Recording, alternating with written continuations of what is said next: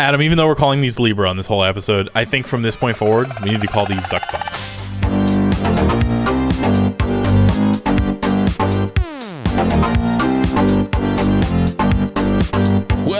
Welcome, crypto basic friends, family, and all of the above to the Crypto Basic Studios. It is Flagship Friday, and I'm Brent Phillip, and I'm here with Adam Levy. What's up? What's up, everyone?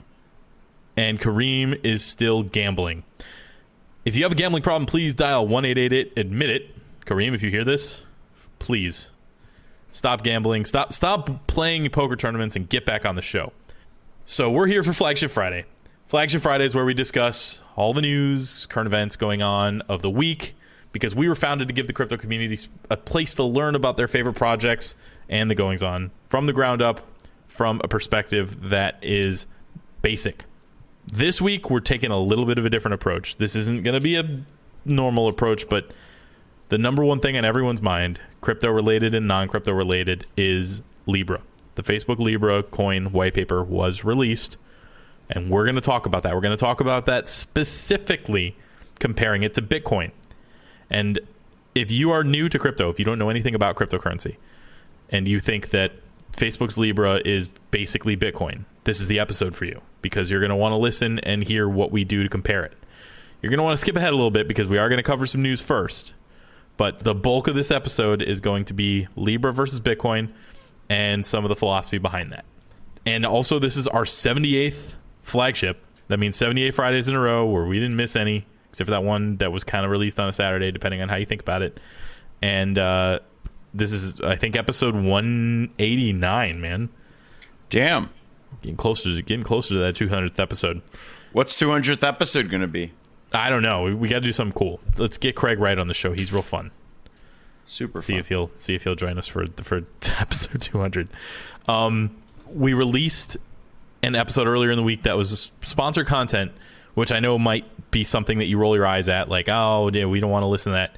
Go listen to it. It is pretty cool. It is about the Ember Fund and how they have created a non-custodial fund situation. So they have a managed fund where they make all the trades, and then they basically tell you what they are, and you press a button and you're good to go and you execute all those trades. And there's a lot more to it.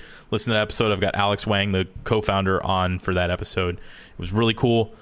Coming up on Monday or Tuesday, might be Tuesday, we have IOST. That interview was done, and it's IOST 101. So if you're interested in how that token works, it does not mean iOS like Apple iOS, Adam. I know you're thinking about that because you're part of the Apple cult. Oh. But it doesn't at all. It's not what it means. You want to find out what IOST stands for? Tune in. All right, I will. That's it. I mean, that's what's coming up. That's what we've released. And now we're going to do, most of our news is going to be covered here in the rapid fire section. And then we're getting on to the Libra, our top story of the weekend. We've got John Oliver coming in to actually do the story, which is pretty cool that he joined our podcast. And that's it. So let's do some rapid fire. All right. Well, I wanted to get started on a bit of the sweeter side. I know, bad pun, but apparently you can buy honey from Portugal using cryptocurrency. It's on some website called CoinYSpace. I don't really know how to say it. It's CoinSpace. CoinYSpace. I mean, okay. CoinYSpace.com. And apparently there's a bunch of different merchants on there where you can decide. You can buy gems, you can buy underwear from Frankenbeans if you wanted. Ooh. But yeah, the one that popped up was Dr. Apis, APIS, and you can buy chemical-free, organic, high-grade honey from Portugal and get it delivered to your door with an array of different cryptocurrencies. So I thought that was interesting. You know, small amount of adoption. That's great to see, is of course.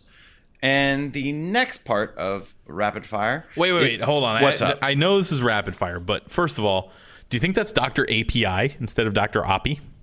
I mean, no, because it's Portuguese. So I don't think it'd be Dr. API. All right, I didn't know if it was like, it's spelled Dr. DR capital A Apis. So I guess the S was silent when I said it. Like Apis. All right. Dr. I guess Apis. That makes sense. Also, I don't know. If you're Portuguese or you're Brazilian and you know how to speak Portuguese, let us know. And one other question for you, Adam. You mentioned that you could buy underwear on the blockchain, or with blockchain here, or with technology, cryptos, right?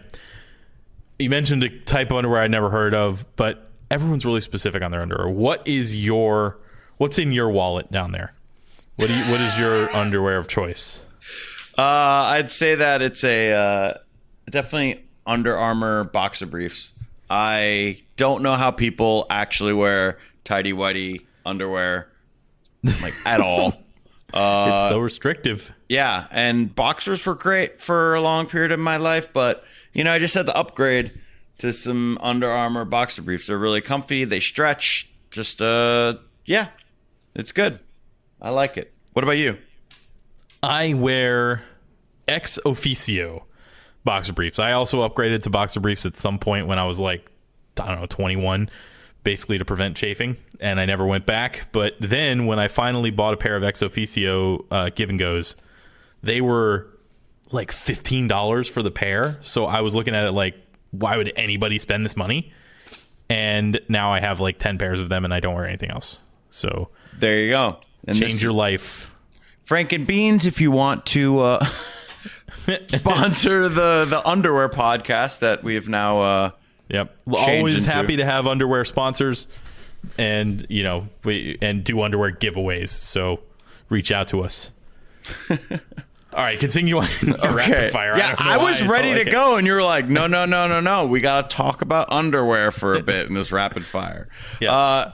So when this article came out, June 17th, 2019, it was actually the 1-year anniversary of when the first version of the ERC 1155 multi-token standard, basically those are the non-fungible tokens, I'm pretty sure. Right. And where can you get those, Adam?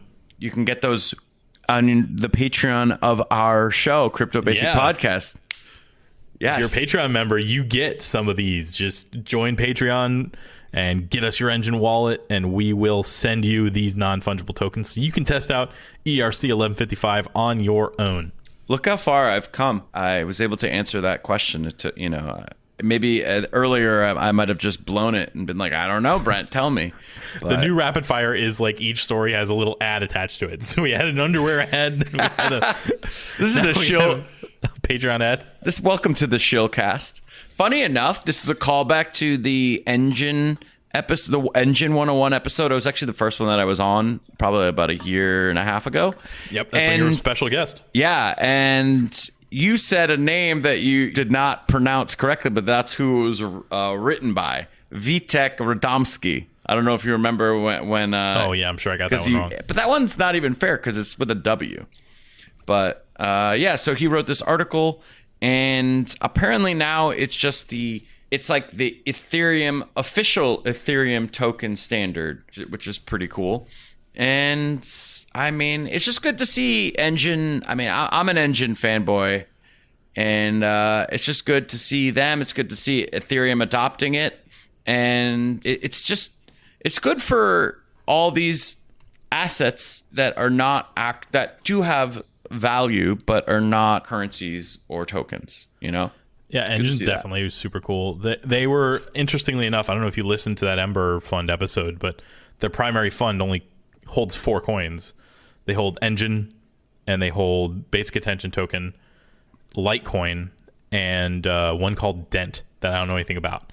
But based on the other 3, I was like, damn, I want to learn about that last coin. Yeah. But it was still...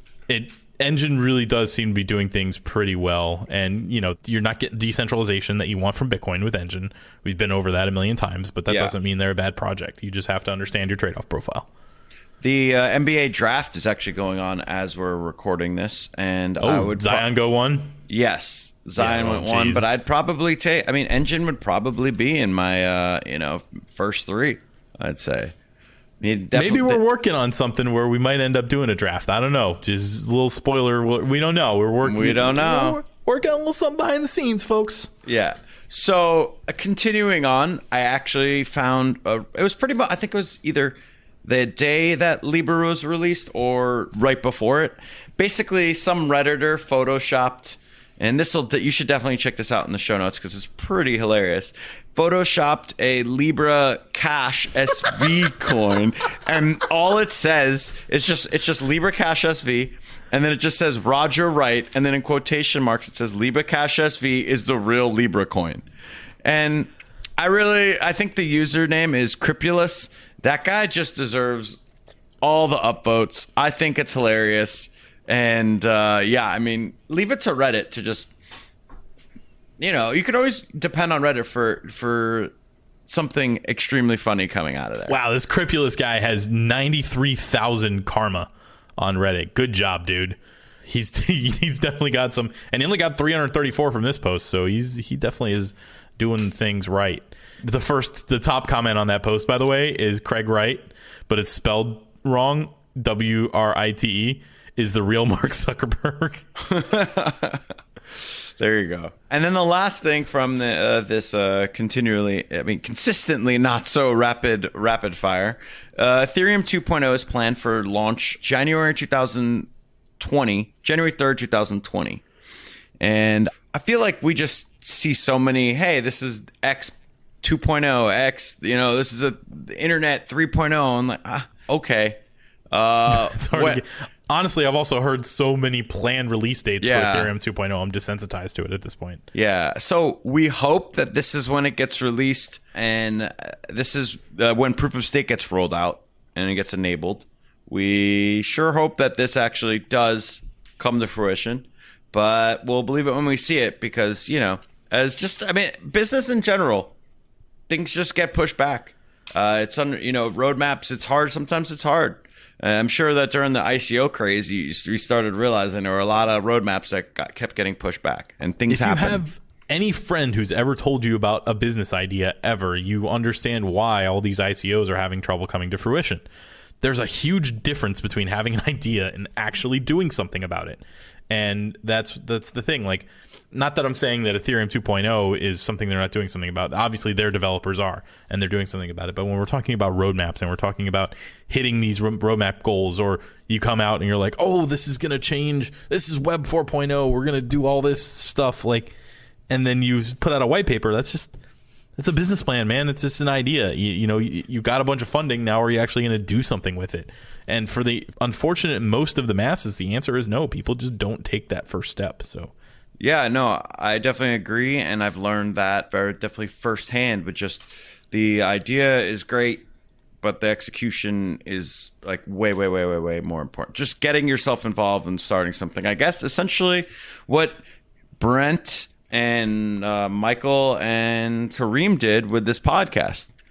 You guys saw you had a good idea, but instead of having a good idea and just let it kind of dissolve into the ether, you enacted, you did something about it, and now you're almost 200 episodes deep. So bravo to that. Don't wait for it to be perfect. I tell people all the time, don't listen to our first episode. It is horrendous. Our Dash 101 is really bad. If you listen to those old episodes, you're probably not going to like us. I don't know how anybody even started listening to us in the first place. They did a good job sticking with us this whole time, and we appreciate every single one of you. But yes, the podcast is a good idea, but it's hard work too. I mean, Mike had to end up not being on air on the podcast anymore because there was some serious behind the scenes stuff that we would have to do. And, he also had health issues that it just wasn't worth the stress anymore. So he had to get out of here. This isn't exactly a money-making machine. So always just do something, though. Like, legitimately, don't talk about your idea, because if you tell people your idea and they tell you it's a good idea, you get all kinds of rushes from that, and you don't do it. Just do it. Just do something. It's like making a Facebook post where just like you get a bunch of likes and you're like, oh, I needed that adrenaline rush. That's all I needed. Yep. But no, what you need is, or I think what I realized is that I like creating stuff, and it's fun. That like goes away very fast, but creating something and knowing you created it and it's there forever is pretty cool. All right, so I don't know, we got on a little tangent there in our rapid fire section, but I knew that was the end of the rapid fire section, so it was okay to get a little tangential. That's fine. We've got one little piece. Normally we do this at the end, but it's time for That's a Scam. Yes, this is a tweet storm from Evan M. Thomas. I don't know. He's just a Canadian and don't really know much about him, but it came up. And apparently Quadriga was a fraudulent exchange and was insolvent for years. Apparently they were margin trading, I think, and they lost millions doing that. So yeah, you got to respect this. I mean, not respect it. It's just like, it's almost impressively ridiculous, I guess, at this point, for just the amount of scamitude that has been going on with Quadriga. We have covered Quadriga on so many episodes, and we've postulated that this was what was going on, right? We know that this guy torched all the money and was scamming, and we are fairly certain he's not fucking dead, right? He faked his death because he gambled everybody's money away and he had to get out of there before anybody figured it out. But it's interesting that it's all in a report. This is no longer conjecture. I mean, other than still nobody's been able to prove that he faked his death, but otherwise there's no conjecture left here. Like, this guy was legit just like commingling every piece of fund that he had. It was all him doing everything. There were no accounting practices, nothing. And there were all kinds of cash transactions. He was transacting with all kinds of shady people. He, between 2016 and 2019, transferred 9,450 Bitcoin, 380,000 Ethereum, and 240,000 Litecoin out of Quadriga. I'm so mad at this guy. Like, this guy was running essentially the Coinbase of Canada, and the biggest exchange, and just didn't have enough oversight. I'm kind of mad at Canada for not catching this too. Like, how do you run something this big with all of your citizens and nobody decided to audit you ever or look into anything? It's especially when it's on blockchain. But whatever, the community dropped the ball here too. I mean, you could have seen this. This is all, it's not like we've gotten access to their books. The guy's dead and he died with the private keys with him.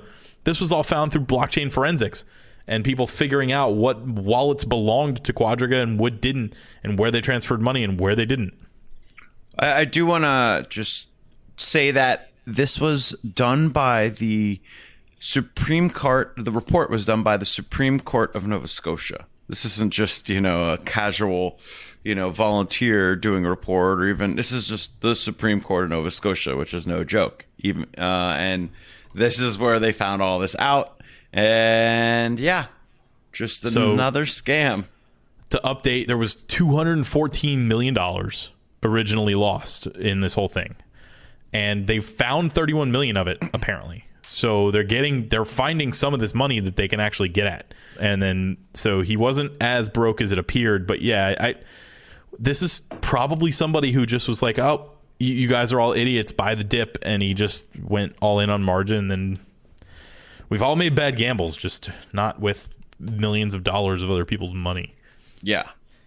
It's so sorry, Quadriga sucks, and hopefully they never, nobody part of that ever gets involved in anything crypto related again, because all the people that worked there that had access to anything up to, like, given they're not going to have access to his books, but they're going to know that he's not giving anybody access to the books.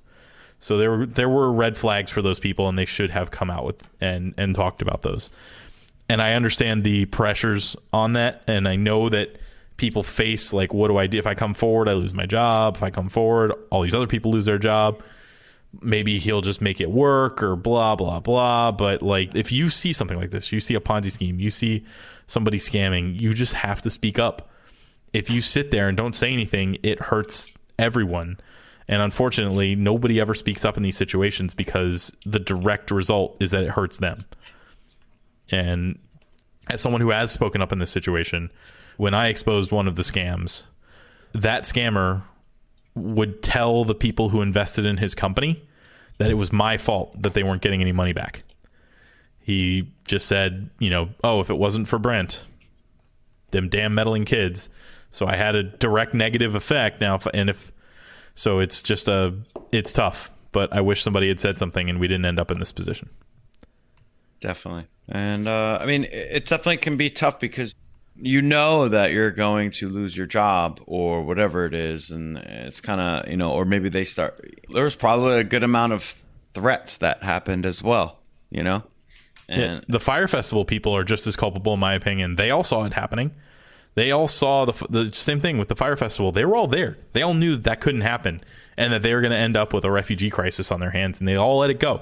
That one, the older guy that was like the advisor, he was like, I don't know, I just kind of hoped he could pull it out and all this stuff. Is like, yeah, all the, the guy who did it is the biggest piece of the puzzle and the biggest one responsible. But all of these other people that just let it go and they felt like they don't have any accountability is, I feel like they should be part of that process. Just like there's a movie called The Experimenter. In one person and just expect it to work out. You have to see, them doing things as well that seem to be leading in the right direction, and you can't just be biased because you just believe in someone like I we'll say Vitalik or Elon, for instance.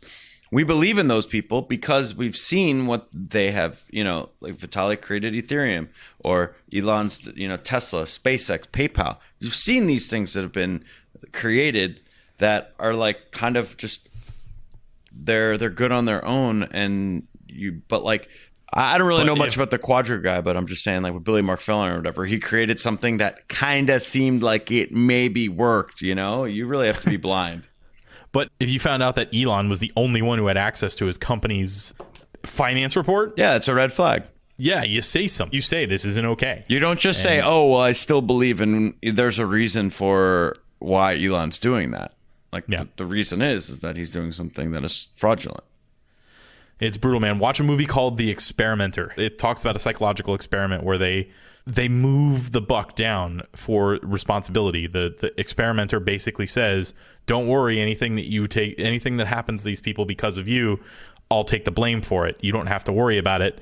And people did some sadistic shit. So crazy. All right. So a lot of non-crypto for the beginning of this, but I'm going to be giving this episode to a lot of my non-crypto friends. So I'm all right with a little bit of non-crypto stuff. I think it's time to talk about Facebook's Libra versus Bitcoin. Now, I'm not talking about a showdown to the death. I want to talk about is the differences between the two, because what I've noticed is the people that have reached out to me over the course of the week, and it's been a lot. And I love that people are reaching out to me. I love that the space is getting attention again. I love that people are coming to me as the crypto guy, and they're saying, hey, Brent, a lawyer from, the Netherlands, what, not really, but, heard Facebook's getting Bitcoin. Stuff like that. And just posting articles like, oh, yeah, what do you think about Zuckerberg? Blah, blah, blah.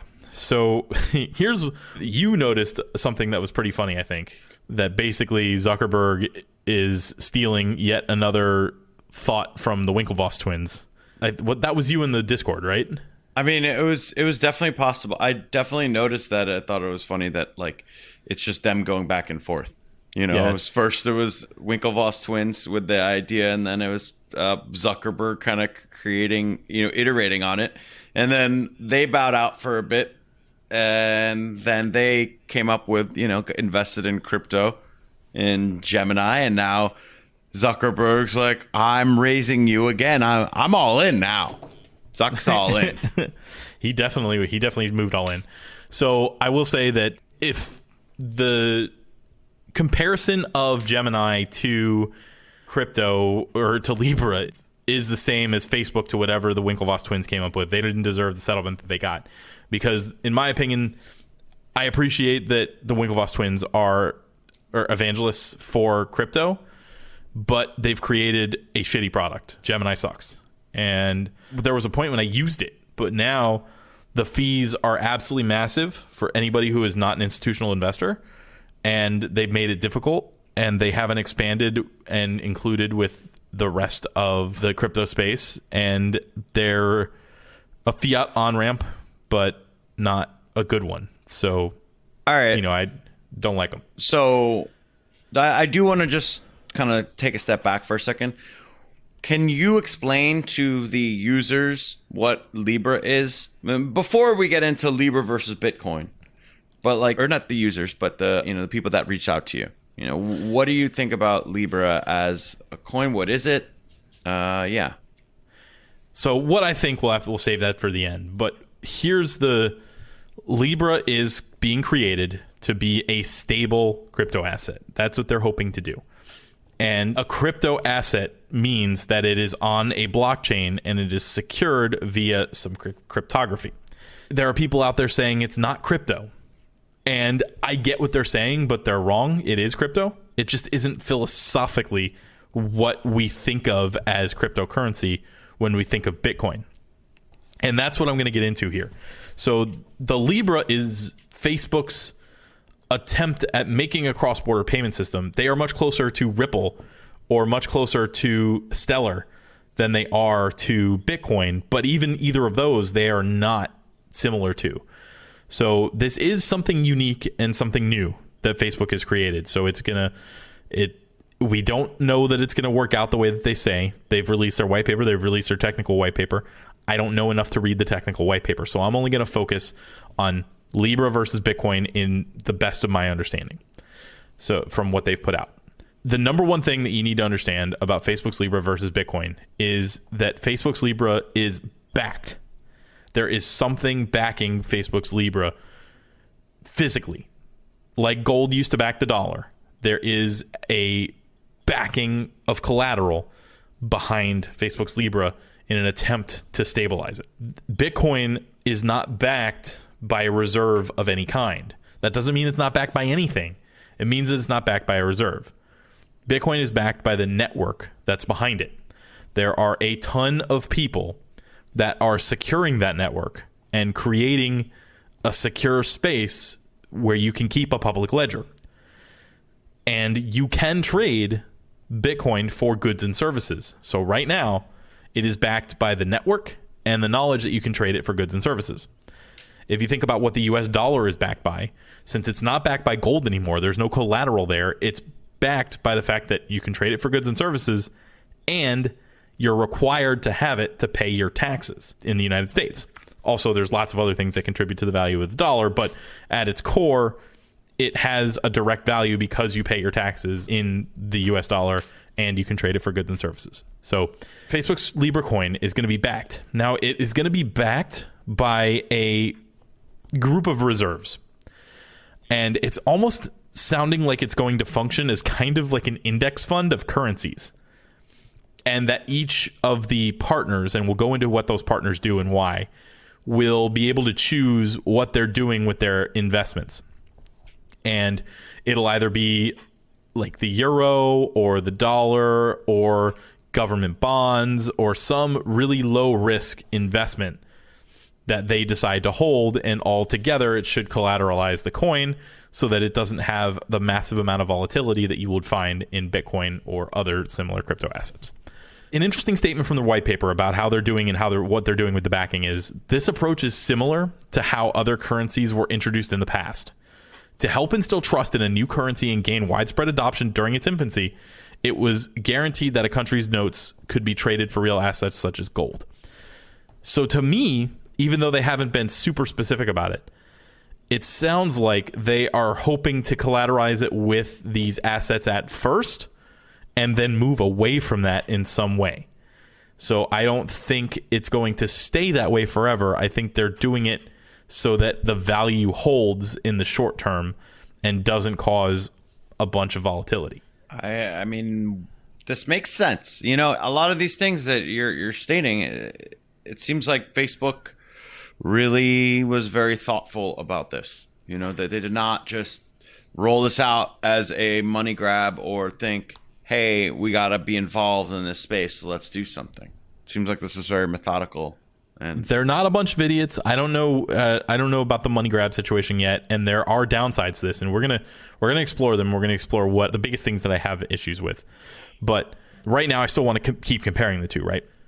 So that's how they're being backed. But the biggest difference, the next biggest, I guess, backed and this one are the two big pieces here. The Libra is a permissioned blockchain, and Bitcoin is permissionless. So here's what that means without really going into the specifics about how the Libra blockchain works and how the Bitcoin blockchain works. The quick version is Bitcoin, if I wanted to, I could take my smartphone, download the necessary software, and be updating the Bitcoin ledger if I wanted to. Very unlikely that I would ever get a reward because there's not much hash power on my phone, and hash power is what you need to make the guesses of the number that would release Bitcoin. So at its core, a good analogy for what happens when people are mining Bitcoin, what they're doing is actually updating a ledger and hoping that their update gets picked to be the real one for that particular period of time. In order to do that, they're guessing a random number time and time and time again, and the faster computers can guess numbers faster. The Libra blockchain is permissioned, and by permissioned, it means that not everybody can just fire it up and use it and update the transactions. Now, they're saying that they want it so that anybody can fire it up and use it, but not anybody can fire it up and contribute to the network. So when we were talking about Bitcoin being backed by a massive network of people, if an entire country shuts down, Bitcoin being allowed can continue. And it can continue if even one person or a satellite in space is updating it. Now, it's not going to be as secure or as, immutable if it's only one person, but it can be done. Facebook is requiring anybody who wants to help update that ledger to lock up $10 million worth of funds in order to do so, which means that it is only the rich that are going to be able to have control over this blockchain. And this is to get a node, correct? So there's actually going to be two coins. There's the Libra and then there's the investment coin. And the investment coin allocation is what these people are paying $10 million to get. So they're putting their collateral up to collateralize the network. And the Libra coins are being created, and they get an investment token for collateralizing the network. And their investment token will be giving them some of the dividends from the investments, and it'll be giving them, I think, transaction fees. But the investments dividends first will be going to pay the foundation to upkeep the network. So they are attempting to be decentralized, but they're only attempting to be decentralized across groups of people that can afford to put $10 million up. So that's the big difference and the big issue with the philosophy. When you're going to hear people say that Libra is not crypto, the core philosophy behind Bitcoin was that it didn't require you to be rich. It didn't require you to be one of these big companies that are involved. And I'm going to list off the companies in a second. But anybody could do this. And in the beginning, anybody had a real chance at getting a piece. Now, as Bitcoin evolved, there are definitely some concerns about rich people having a big piece of the puzzle of control, because there are big groups of miners all trying to guess the numbers together. And if they're all in the same page for how they would vote, then they would have a disproportionate number of control over the blockchain, just like somebody owning a lot of stock would. The stock in this instance isn't the physical Bitcoin, it is the hash power of the network. But Libra does not give any interest in having that many people. Now, they have said in their white paper they want to change that a little bit, and I'll go over that. But I'm going to list off some of the partners. And there was a tweet that I saw that said, "I can't wait for a coin with the privacy of Facebook, the business ethics of Uber." Well, just find the tweet, because it's a good tweet. We don't want to ruin the tweet. Well, I don't know who said it. I'll find it. Get back to me. It was the privacy of Facebook, the business ethics of Uber, and the centralization of Visa. I'm pretty sure is what they said. More than that. It was more? Yeah. You got it? No, but keep going, and I'll right, young keep Jamie going. it. We'll put a pin in trying to find this tweet. But MasterCard, PayPal, PayU, which is, I don't know what that is, but wow, that's funny you mentioned PayU, because my roommate actually works for them. So it was just like I've actually been hearing about PayU a lot. So yeah, I guess Naspers owns them. I'm not really sure, but it's like a big. They're not really used in America. They're used mostly outside, I think, and it's just another financial one of those. I guess it's just like another PayPal. Okay. Yeah. So Stripe and Visa are in there too. They've got eBay, Facebook, obviously, Booking Holdings. I don't know what that is. Farfetched, Lyft, Mercado Pago, Spotify, Uber, Vodafone, Iliad, Anchorage, Coinbase. I'm just listing off some of the ones I've heard of before. I'm skipping a few.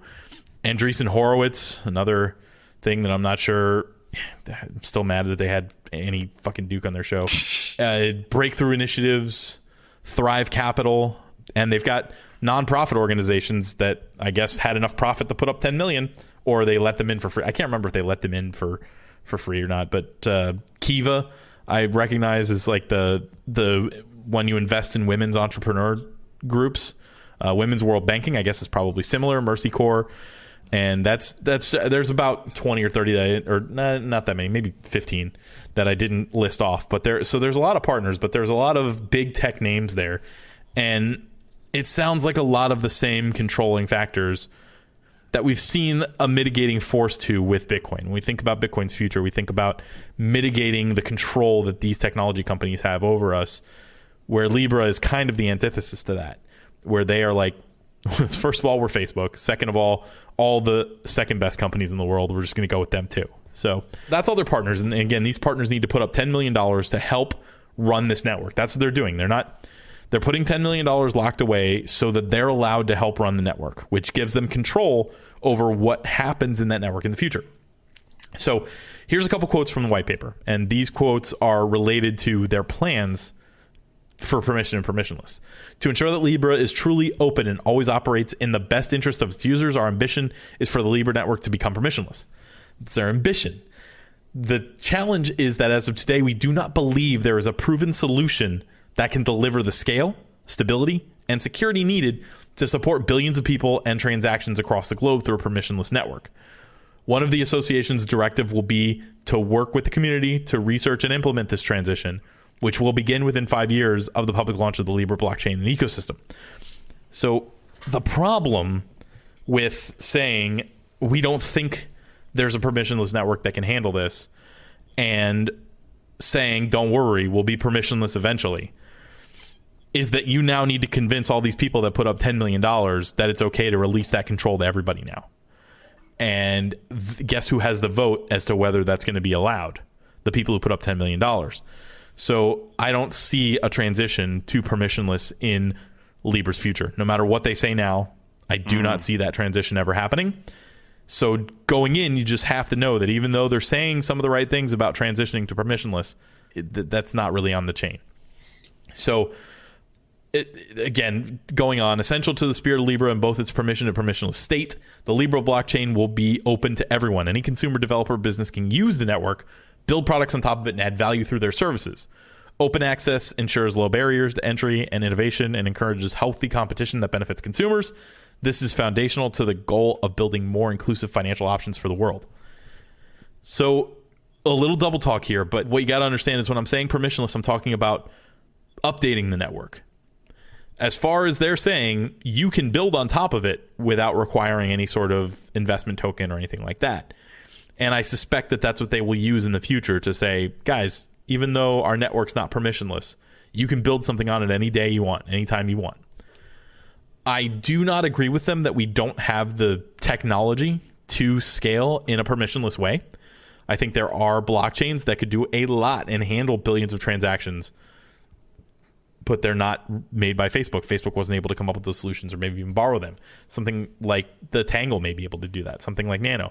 Nothing's been stress tested to that level, to that scale, but it might be possible. Well, isn't that kind of saying what what they're just saying? Is that like the technology with scaling seems, I guess it's possible, but good luck, getting to it's that. Possible that in their theory, none of the ones that look like they could be able to scale that way are actually able to do so. But again, when you start something like this, when you start it out, it is really hard to get the ball moving in the other direction. It's really hard to make change. It's really easy to set everything up from day one and be ready to go. Think about signing an agreement with partners in an LLC. Day one, everybody's gung-ho, ready to go. By year 3, everybody thinks that they are doing more for the company than they're worth, and they're fighting over 1% here and there. And it's the same thing with an idea versus actually doing it. Yeah. The idea seems great. You can live you can go through a lot of ideas, and it can sound great, and you can, but ultimately you have to go through it, and things happen along the way when you're making that idea to come to life. And this is a massive idea. Gargantuan. I did find the tweet, by the way. Oh, we got the tweet. Yes. So it is, can't wait for a cryptocurrency with the ethics of Uber, the censorship resistance of PayPal, and the centralization of Visa, all tied together under the proven privacy of Facebook. Yes. Who tweeted that? Someone named Sarah Jamie Lewis, and it's got 19K favorites on Twitter.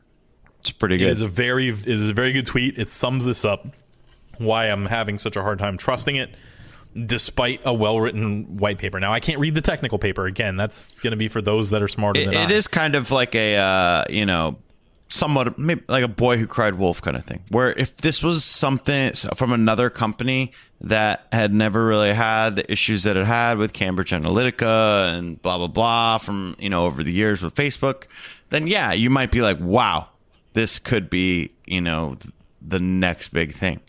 But with Facebook, we're just constantly thinking about, the past. Yeah, I am constantly incredulous with Facebook. So going on to more of the differences here. Bitcoin is a proof of work blockchain. Now, without going into specifically what blockchain is and does, the proof of work part is a bunch of people are putting in a bunch of work, and the chain with the longest and most amount of work put into it is the one that's considered accurate. So there can be inaccurate chains for a short period of time, and they are replaced by accurate chains as long as the network is big enough and acting well. Proof of stake means that the network will default to the people with the most coins for generating the transactions, assuming they have the most to lose by doing the wrong transactions. So that's the quick way to explain it. But Bitcoin is based on what you're actually doing for the network and how it's being created. And Libra is going to be based on how much of the investment token you're holding is when you would get rewards, if there are mining rewards for it, or transaction fees for it, or something like that. So generally, proof of stake is considered more centralized. There are some decentralized versions, but the way it works, nobody's really created an amazingly decentralized proof of stake platform. We've had Decred they had a cool little hybrid. I think IOST might even have a hybrid called proof of believability. So you'll learn about that when you go out. It's pretty cool. But the proof of work, proof of stake is the main kind of 1 versus 2 in cryptocurrency.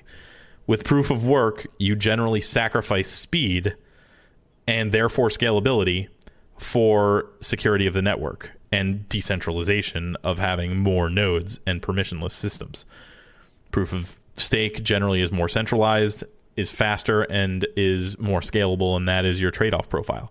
So you kind of want to trust the entities that are running the stake part. And again, like we just said, the ones that are running this, it's so hard to trust big corporations. And it's not like, your average Joe's coming up with $10 million to become a part of this. There's definitely some 1984 kind of results from. I think that the future could definitely go many different ways, And one of the things I keep thinking about is that, okay, so let's say Facebook succeeds in disrupting all the banks, just being a more efficient way to transfer money around. That's cool.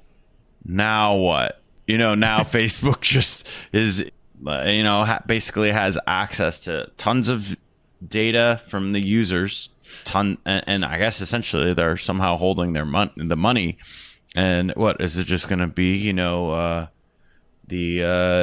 Zuckerberg is the king of the world. Yeah, I don't know. Adam, even though we're calling these Libra on this whole episode, I think from this point forward, we need to call these ZuckBucks. ZuckCoin? ZuckBucks. ZuckBucks is, I want a stupid name to stick just because I'm being annoyed at Facebook again, because I've been so careful with what Emperor I allow to get a hold of. Zuckerberg. So a little bit more of the comparison. They made a brand new computer coding language for this blockchain called Move, and it allows them to do smart contracts, which is not really possible the way Bitcoin's written. So you could write on top of it, but in the main Bitcoin core code, there's no way to do a smart contract. And a smart contract basically means if wallet 1 does one thing, wallet 2 does another thing, then the money that's in the middle will do certain things. And you can program all kinds of stuff. The sky's the limit. But we could say use a smart contract as an escrow. If person 1 puts in a certain amount of money and person 2 puts up the deed to their house and they're both there on the blockchain, they release the deed to person 1 and the money to person 2, but not before they're both there. See, that's amazing if this is, implemented. Well, yeah, it's amazing for any smart contracts. You just have to have something on the blockchain that represents a deed. So it's tough.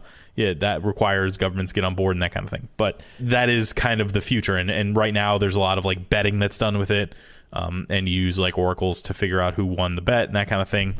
But so they made a language called Move. Now, with any new language, there are going to be a lot of issues. One, there's going to be less people that can develop it outside of the Facebook ecosystem, is like just a primary issue. Two, there's going to be a lot more mistakes made in the code because it's a language that people haven't gotten used to yet. Bitcoin is written in C++, which you've probably heard of even if you're not a developer. You know what that C++ has been around as a language for a long time. That's an interesting difference. So another difference, even though they both claim that they're going to have pseudo-anonymity, and pseudo-anonymity is Bitcoin is, if you make a wallet, your name's not attached to that. But if you do enough stuff with that wallet, somebody could find out who you are. If you put it as a donation link on your Twitter or something, or if you have enough transactions with enough things that there's enough data to know that only Brent would have those transactions, you can find out. Facebook's ZuckBucks are saying that they can let you create extra wallets that are pseudo-anonymous. And until some top-level developers audit their code, which they said is going to be open source, we don't know if it actually will be, or maybe it has been released. I don't even know. But until enough high-level developers have signed off on this and said, look, guys, it actually is open source, I will trust a bunch of them over Facebook any day. I'm going to assume that the pseudo-anonymity does not exist. Because until somebody tells me unequivocally, no, Brent, there is a way to be pseudo-anonymous here, I see the big reason for Facebook doing this and spending all the money developing this is your actual financial transactions is what they don't have right now. PayPal has it. Venmo has it. Square has it. Stripe has it. They don't. They tried. They put money in Messenger. I've used it before. I've used it like once or twice to pay out fantasy football leagues or something. But they only scratched the surface with that. Nobody was really using it. So they don't have the ability for somebody to go swipe on Newegg or go to Amazon and use their card or anything like that. So they are trying to get that last piece of the data puzzle, and data is what's worth the money. So the people that are investing these millions of dollars, they're not going to get a whole lot of return on their investment. In fact, they're probably going to be much better off in the stock market, the way I understand it.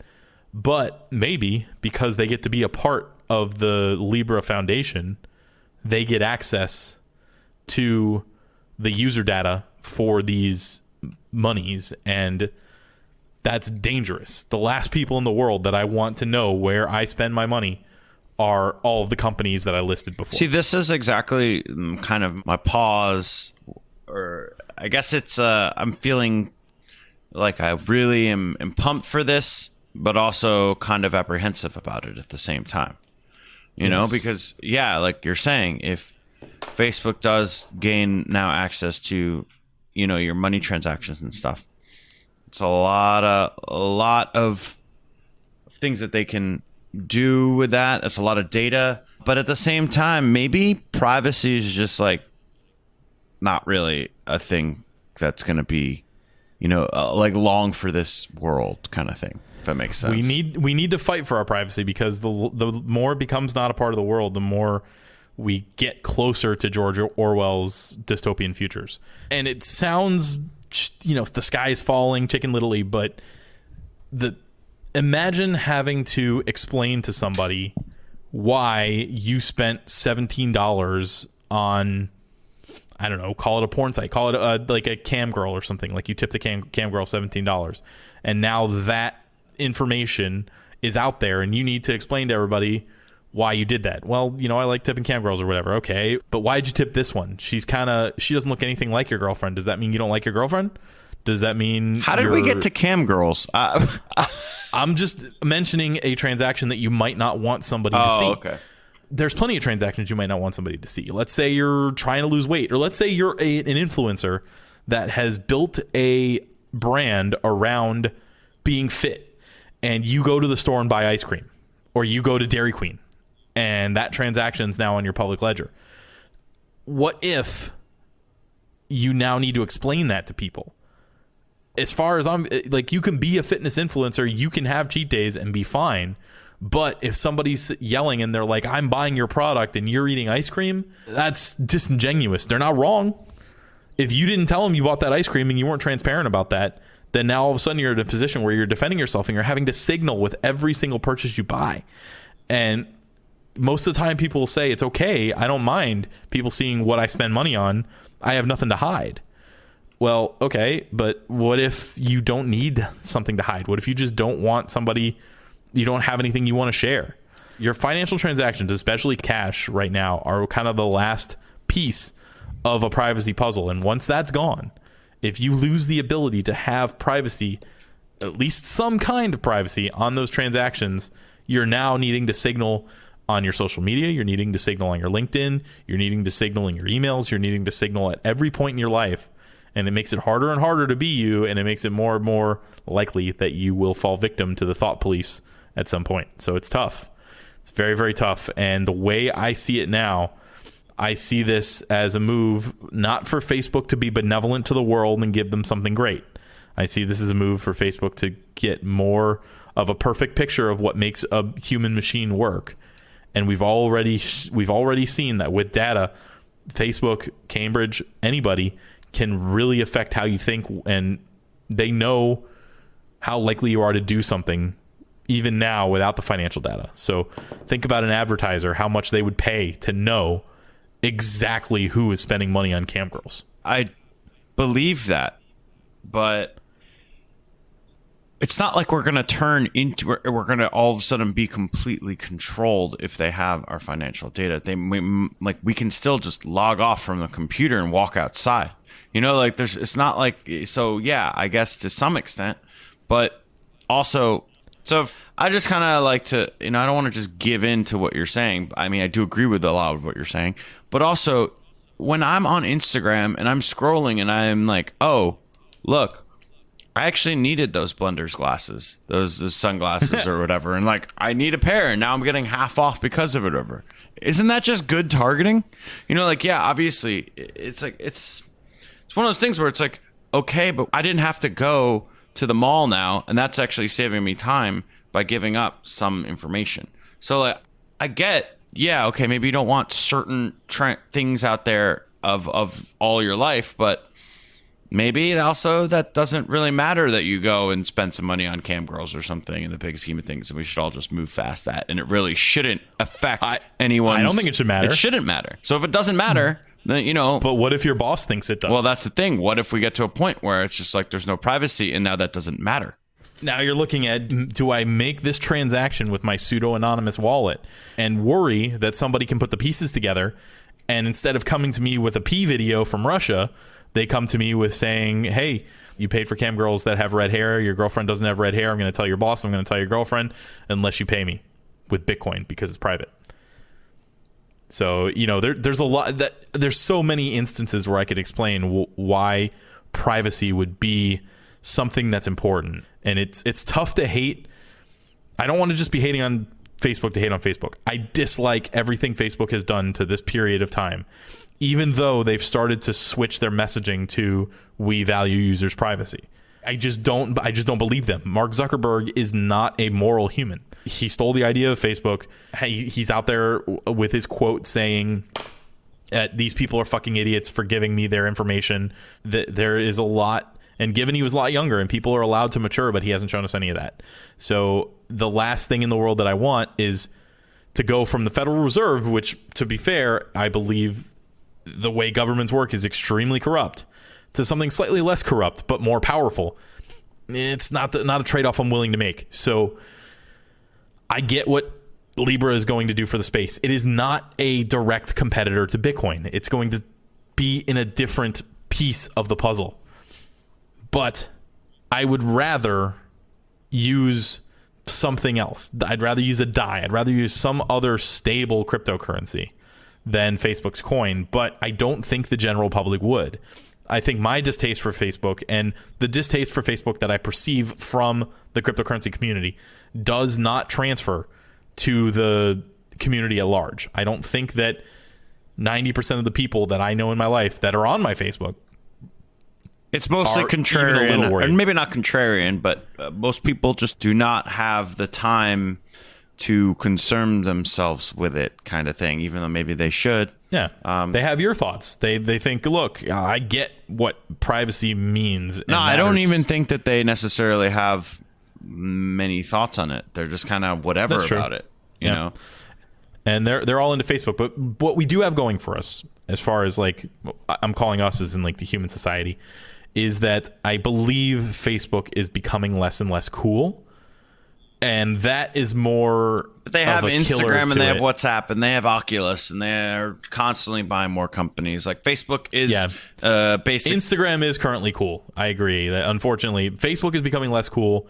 Instagram is unfortunately still pretty cool, I think. I don't know. I have exactly one picture on Instagram, so I don't know. I've never logged into it. Well, actually, I think I maybe even did, just to see that I had one picture. But I'm hoping that some competition comes and the people younger than us move away from that. So are you saying that you're for... So basically, I guess, almost the first day that Facebook, on the 18th, when it came out, immediately I saw something from Maxine Waters she's in the sorry, I'm not like I've definitely heard her name, but I'm not exactly sure of exactly what her position is. She's in politics. Yeah, I just wasn't sure if she was in Congress or the House or whatever. She's one of the people that that one bomber sent bombs to, I'm pretty sure. Yeah, so she just immediately came out and urged Facebook to pause the cryptocurrency project. Also, the UK came out and said something similar as well. So basically what you're saying is you want Facebook Libra to be around, but you also don't want, like, because it's like the lesser of two bad versions of a financial system. Yeah, and again, it's almost like the lesser two evils. I don't even know, like, if I want Facebook's Libra over Banks. I probably do, based on their white paper. I would take it over Banks, but it is interesting that no lawmaker has really come out and been like, let's ban Bitcoin, but they have come out and really said, I mean, they have, but they haven't really. Nothing credible. Here they're saying we need to stop this now. So Facebook made a big enough splash that, yeah, Maxine Waters is saying, don't, hold up. Let's look at this from a regulatory standpoint. These were definitely premeditated. This is like a hey, we're watching you kind of thing to Libra, and I expect there to be a lot more building as the year progresses and we get closer to the launch, and I think we'll see how it goes, and I think it'll be really interesting. Yeah, according to Lydia Biode, there's a Senate hearing scheduled on July 16th for the crypto, or for the Facebook thing. So, again, there's also all these different angles and how the future could play out. Facebook could intend to be permissionless. They could intend to be private. But they might end up in a regulatory space where they're not allowed to do that. And I could easily see a regulatory space where the Facebook or the Libra Foundation says we're not having any transactions with Cuba, which is not the open permissionless thing that we're looking at in cryptocurrency. You want to send Bitcoin to somebody in Cuba, you can. It doesn't matter if you're an American citizen. You are technically violating the embargo, but nobody could ever catch you if you did it right. If you send money to North Korea, you would be fine. Nobody would have anything they wouldn't be able to do anything about it as long as you didn't attach any of those points to your pseudo-anonymous wallet. I don't see that happening with Facebook's coin here. And again, someday we will have a developer on the show who can really look at that technical white paper and maybe either assuage my fears or really dig in and be like, no, you're right. This is bad. But for now, I felt like this was the big story and it decided we needed a lot of attention. So to wrap up, Facebook and Bitcoin are extremely different. They are two sides of a philosophical coin on many instances. They don't compete with each other, and the Libra coin has a lot of concerns with it that it could be okay with. Also, lawmakers are already taking notice and trying to work out regulations with this. So it's going to be an interesting story to watch. We probably won't give it this much time on another episode, but we will definitely be covering, as there's more news and more resistance and more things kind of come out week by week. So if you want to send the Crypto Basic Podcast $10 million, we are happy to become a member of Facebook's 100 founding members. You will get some ERC 1155 engine token or we'll send you Crypto some Basic tokens that were minted, through engine. Well, you know what, Adam? Just because it's $10 million, I think we'll send 2. Are you all right with that? Yeah, I mean, I think they deserve it. Yeah. Okay. So you send us $10 million. We will become a part of this, and we'll start fighting for you, the people. We'll start fighting for you to not get screwed over by this Facebook coin, and we'll pound our shoe on the table, and we'll do whatever it takes. Just send hit us up. We'll send you an invoice for $10 million. We'll be good to go. Sounds good to me. Yeah. All right. So that's it. That's it from the Crypto Basics Studios. We would like to remind you to please check out our Patreon. We are being kept afloat by that Patreon. It's super nice. If you didn't listen to that episode on Ember Fund, please check that out. More listens for that episode, the better. That we really would like it if their investment in us pays off. We also have a referral link, which is going to be in our show notes for every show for the next, I believe, 2 months. And you'll be able to sign up with Ember Fund there, and you can, and we get a little kickback from that. It's not much. I can't remember what it is, but more importantly, I want you to use the link so that they can see that our audience was smart enough to realize that a non-custodial fund was good. Also, please join our Discord. A lot of great conversation goes on in the Discord, and a lot of trolling, mostly talking about how Adam likes Tron. And you can follow us on Twitter. Adam is the Twitter champion. He's at Ruthless, ROOTHLUS, and I am at Brentity. And of course, we are at Crypto Basic Pod. So check us out on all of those mediums, and we'll see you on Monday or Tuesday, depending on when I decide to release that. So make sure your notifications are on for IOST 101. And finally, Adam, you ready to give us that outro? You got that? I'll do my best. We are not financial advisors. We are just idiots. We are just, this is not financial advice. This is just us giving our opinions. And I maybe I missed a couple things, but Brent can do the rest if I did. All investments have inherent risk. There we go. Please never invest more than you can afford to lose. And do your own research. Don't just take our word for it. All right. So, signing off with trepidation about Facebook. I've been Brent Philbin, and I'm here with Adam Levy. See you guys later.